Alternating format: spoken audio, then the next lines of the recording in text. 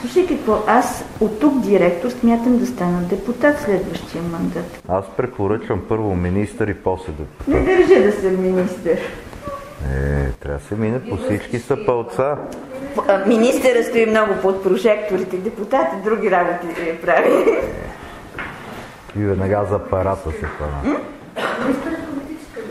Днес като контрол няма. Депутата 4 мандата.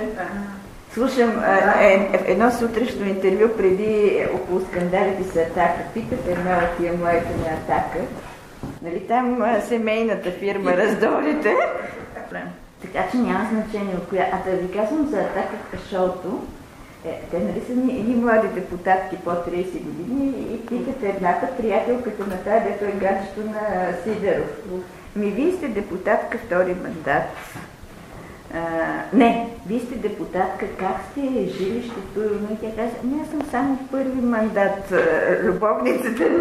Сидеров, тя е втори мандат. Не знам, така че един мандат си оправиш живота. Вземи ме с тебе, бе. След това отиваш някъде в чужбина. Вземи ме с тебе, съветник.